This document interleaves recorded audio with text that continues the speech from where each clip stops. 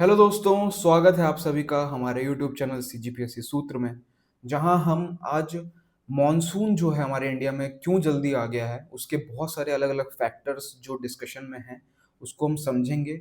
और आने वाले मेंस में कैसा क्वेश्चन बन सकता है, उसको हमको कैसे अटेम्प्ट करना है, किस तरीके से हम उसको फैक्टर्स को लिखेंगे, तो उसके बारे में हम लोग देखेंगे। तो चलिए बिना किसी देरी के शुरू करते हैं अपने लेक्चर को। जैसा कि हम जानते हैं कि मॉनसून जो जनरल ईयर में अगर आप देखो, है ना, तो जनरल ईयर में जून फर्स्ट को ऑनसेट होता है केरला में। ठीक है। 12 जून के आसपास मुंबई पहुंचता है और 8 जुलाई मतलब फर्स्ट वीक, जुलाई के फर्स्ट वीक में आपका इंडिया में पूरे फैल जाता है, राइट। लेकिन 2025 में हमको देखने को मिला है कि बहुत जल्दी मानसून आ गया केरला में। जहां 1 जून को आता रहा तो 9 दिन पहले ही आपको, 8 दिन पहले ही देखने को मिल रहा है, 24 मई को ही इंटर कर चुका था। मुंबई में जहां 12 जून को आता था, वहां 27 मई 26 मई के आसपास मुंबई में हेवी रेनफॉल देखने को मिला है हमको, और वहां पे भी मानसून पहले ऑनसेट हो गया।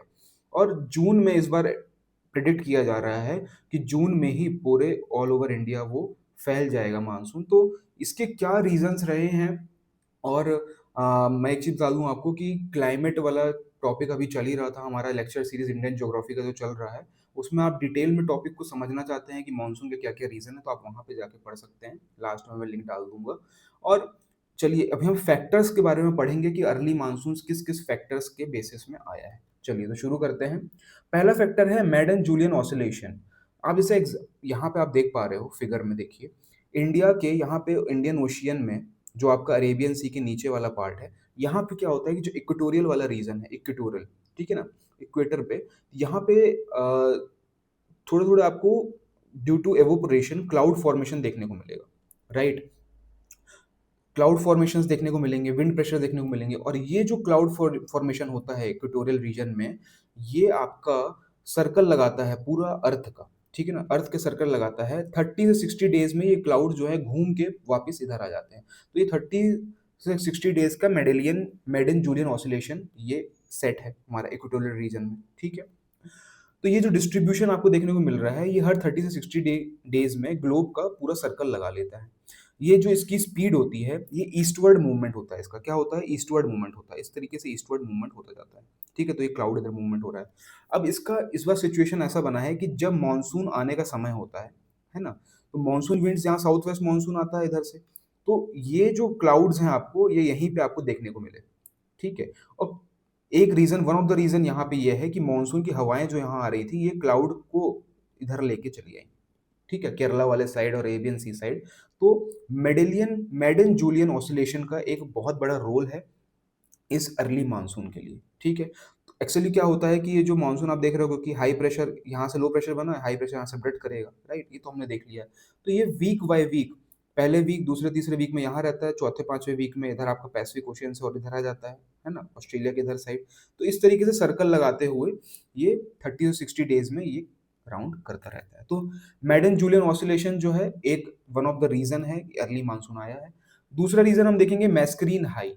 मैस्करीन हाई मतलब क्या है कि ये जो आप मेडागास्कर रेंज के आसपास आप यहाँ पे जो देख रहे हो, ये मैस्करीन हाई, यहाँ पे क्या होता है, जैसे हम ईस्टर्लीज यहाँ से फ्लो होती है, राइट, सबको पता है कि ईस्टर्लीज यहाँ से फ्लो करती है, और जैसे ही ITCZ को क्रॉस करती है, तो नॉर्दर्न हेमिस्फीयर में ITCZ अगर ईस्टर्ली विंड्स हैं तो वो राइट साइड टर्न हो जाती हैं, ये हमने पढ़ा है। तो ये जो मैस्करीन हाई में भी ज्यादा हाई प्रेशर बन जाता है। ये मैस्करीन हाई में हाई प्रेशर क्यों बनता है, क्लाइमेट वाले लेक्चर में पढ़ा हुआ है। तिब्बत रीजन यहाँ पे आप देख रहे हैं, तिब्बत रीजन में लो प्रेशर ज्यादा फॉर्म होता है, विंड यहाँ से राइज करती है, राइज होने के बाद यहाँ सबडक्ट करती है। तो जैसे जैसे यहाँ पे सबडक्शन होता है, हाई प्रेशर यहाँ फॉर्म होने लगता है, हाई प्रेशर से हवाएं लो प्रेशर जाती हैं। तो मैस्करीन हाई भी एक one of the major reason बताया गया है कि मानसून इंडिया में जल्दी आ गया है, ठीक है।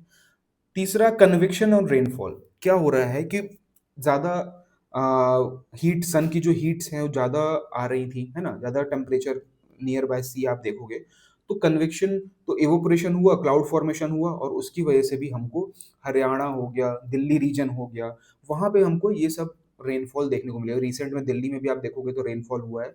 तो कन्विक्शन और कन्वेक्शन बेस्ड रेनफॉल भी आपको देखने को मिलेगा। चौथा आपका पॉइंट है सोमाली जेट और मॉनसून स्ट्रेंथ। सोमाली जेट्स जो आती हैं, राइट, जो सोमालिया रीजन से आपको देखने को मिलेगी यहाँ पे, ठीक है ना?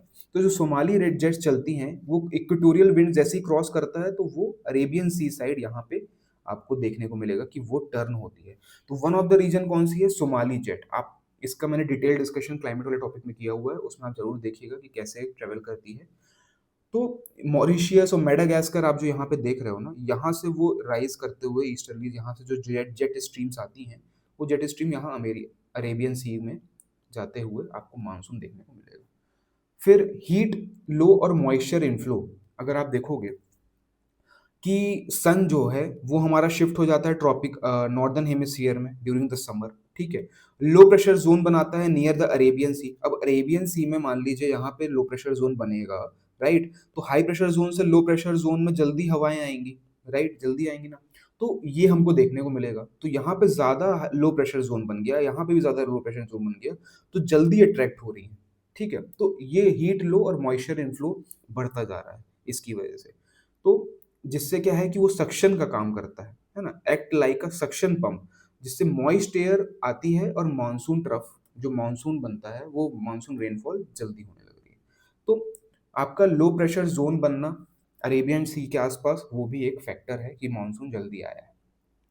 मानसून ट्रफ का फॉर्मेशन एक रीजन ये है, मानसून ट्रफ का मेन मतलब वही है कि लो प्रेशर का फॉर्म हो रहा है आपका, है ना। जो लैंड मास है वहां पे भी लो प्रेशर इलोंगेटेड फॉर्म में फॉर्म हो रहा है, ठीक है। न्यूट्रल एल नीनो का इफेक्ट जो है न्यूट्रल है, एल नीनो फॉर्म नहीं हो रहा है इस बार, ठीक है ना। तो आपका मानसून अच्छा रहेगा।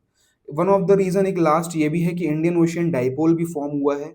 यहाँ पे इंडियन ओशियन के आप अगर वेस्टर्न साइड में देखोगे तो यहाँ पे वार्मर दर नॉर्मल वाटर जो है ज़्यादा वार्म है, उसकी वजह से क्लाउड फॉर्मेशन हो रहे हैं, ठीक है ना। तो क्लाउड जो है वो positive edge a positive form कर रहा है मानसून के लिए। तो ये बहुत सारे अलग अलग रीजंस आपको देखने को मिलेंगे। इसका मैंने समराइज्ड यहाँ पे टेबल ही बनाया हुआ है। इस तरीके से अगर अपने आंसर्स में आप टेबल बना के लिखते हो, अगर कम मार्क में आता है क्वेश्चन, ज़्यादा मार्क में आता है, तो आप हर एक टॉपिक को समझाओ, डायग्राम के फॉर्म से उसको रिप्रेजेंट करो कि किस तरीके से सोमाली जेट्स फ्लो हो रही हैं, किस तरीके से एमजीओ फॉर्म हो रहा है, मैस्क्रीन हाई का कैसा हाई प्रेशर से विंड्स उठ के जाती है लो प्रेशर में, एटमॉस्फेरिक स्टेबिलिटी देखने को मिलता है ना। कन्वेक्शन रेनफॉल का क्या एटमॉस्फेरिक इंस्टेबिलिटी फॉर्म करता है, प्रेसिपिटेशन हो जाता है लोकलाइज, जैसे दिल्ली हरियाणा ये सब जगह आपको देखने को मिलेगा। तो अलग अलग मॉनसून के अलग अलग फैक्टर्स हमने यहाँ पे डिस्कस कर लिए हैं। आंसर्स आपको किस तरीके से लिखना है ये भी हमने देख लिया है। तो चलिए, आशा करता हूँ कि आप लोगों को पसंद आया होगा ये टॉपिक, और आपका एक बहुत ही अच्छा शानदार यहाँ पे नोट्स भी फॉर्म हो गया है। तो अच्छा लग रहा है टॉपिक तो लाइक करिए, सब्सक्राइब करिए चैनल को, और कोई भी अगर डाउट होता है तो कमेंट जरूर करिए। तो thank you, tata and bye.